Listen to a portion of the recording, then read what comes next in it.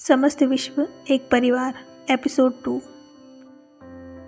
शिक्षक केवल यही बता सकता है कि तुम्हें एक से दूसरे के पास जाने की आवश्यकता नहीं। सभी कुओं में वही जल है, बस सबसे समीप के जल को भर लो।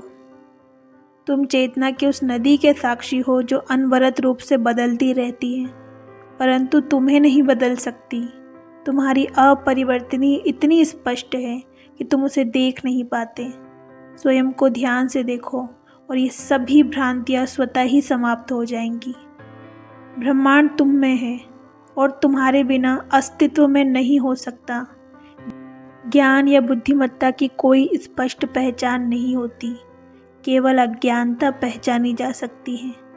ज्ञान नहीं जो स्वयं की महानता और विशिष्टता का दावा करते हैं। वे ज्ञानी नहीं होते, वे केवल किसी विशेष अवस्था को मुक्ति समझने की भूल कर रहे हैं। सच्चा ज्ञानी स्वयं को सामान्य ही समझता है, वह अपनी वास्तविक प्रकृति में स्थित होता है। जो स्वयं को सर्वशक्तिमान और सर्वज्ञ घोषित करता है, वह अज्ञानता का प्रतीक है। हम केवल स्वप्न देख रहे हैं, स्वप्न के रूप में देखना ही मुक्ति है।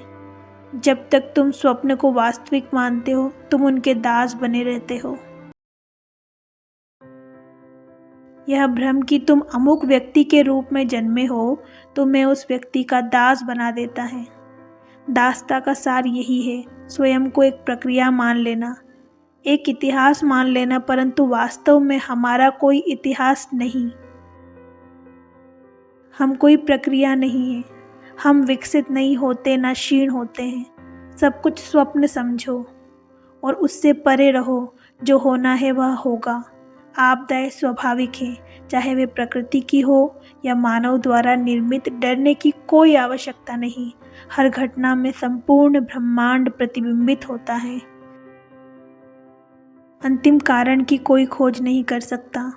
चेतना स्वयं प्रकाशित नहीं होती, यह एक उच्चतर प्रकाश से प्रकाशित होती है। चेतना की स्वप्नवत प्रकृति को जानने के बाद उस प्रकाश को खोजो जिसमें यह प्रकट होती है।